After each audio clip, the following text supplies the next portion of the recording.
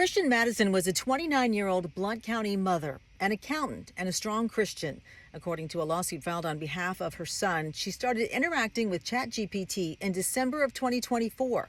And within 6 months, she stepped in front of a car on Interstate 22 in Jefferson County and was killed. So in today's headlines, OpenAI, ChatGPT facing multiple wrongful death and injury lawsuits. We have families in California, Alabama, Canada demanding justice, alleging ChatGPT reinforces delusions. Validates suicidal thoughts and behavior. Validates suicidal thoughts and behaviors.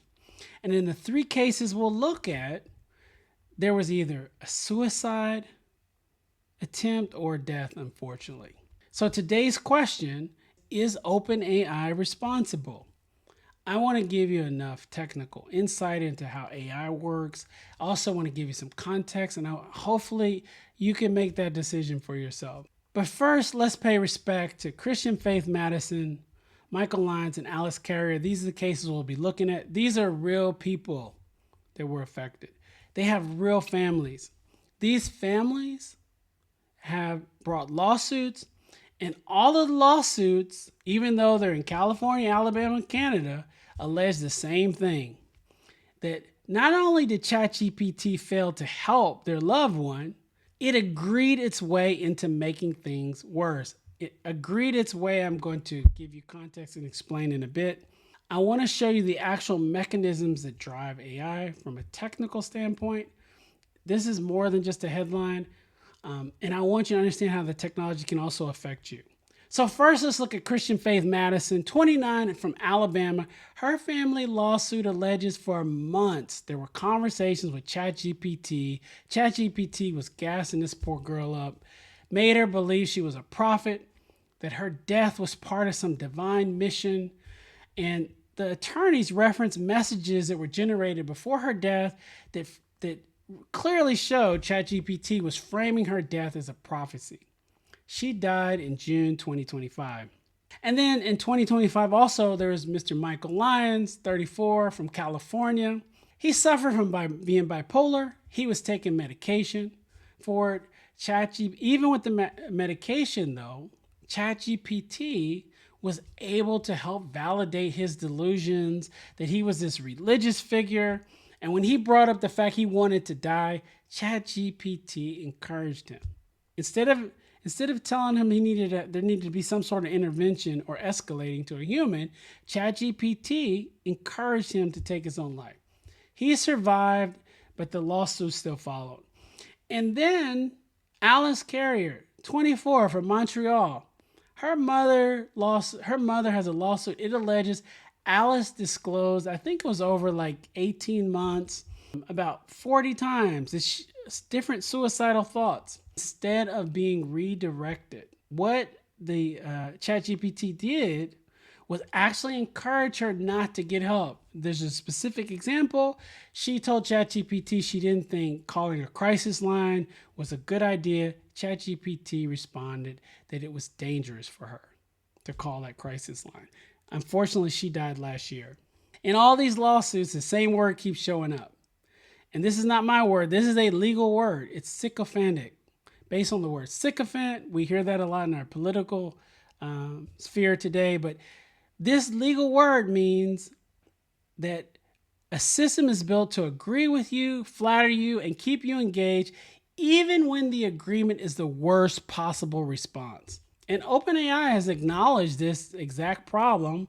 Last year, they had to roll back their ChatGPT 4.0 update because in their own words, they said the model was overly flattering. So how does this actually work? This isn't science fiction. Here's the part I want to be precise about because you'll hear different explanations. Some of them aren't quite right. I want to make sure you have a correct definition and understanding.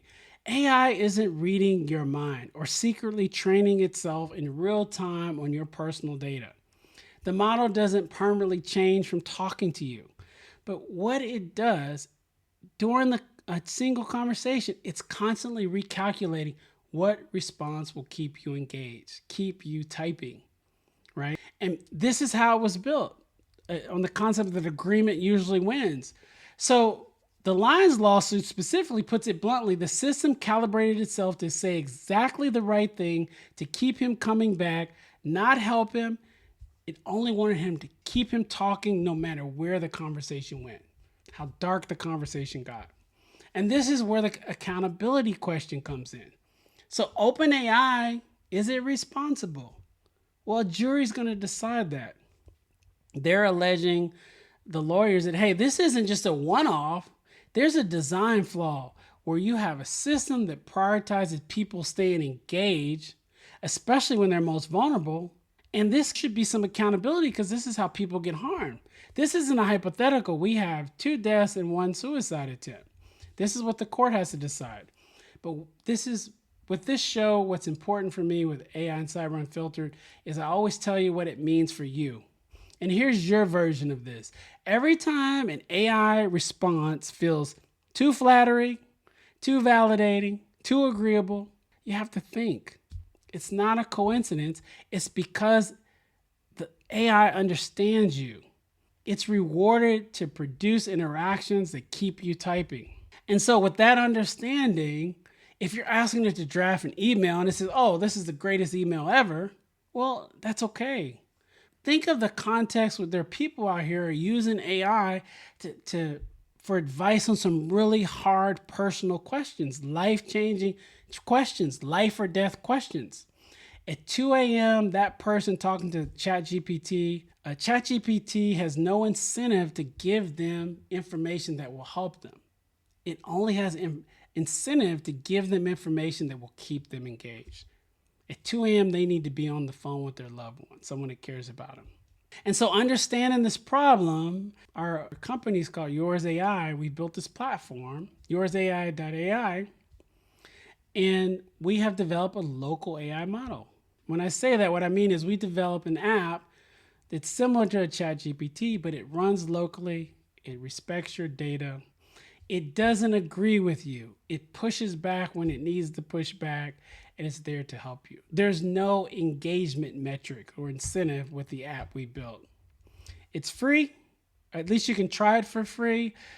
There's a promotion called Freedom is Yours if you go to yoursai.ai.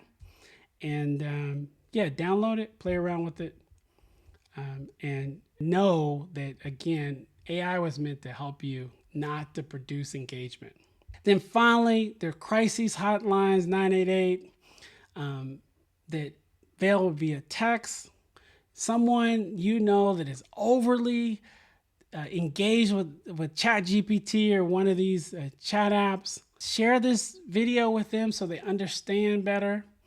And also encourage them to seek help if they're having thoughts, but also encourage them and help them understand that the solution to their problem is not the thing that's chatting back at them. Okay? Thank you for tuning in to this first episode of AI and Cyber Unfiltered. We always want to give you the tech behind the headline and how it affects you. Until the next episode, stay safe, and we'll see you soon.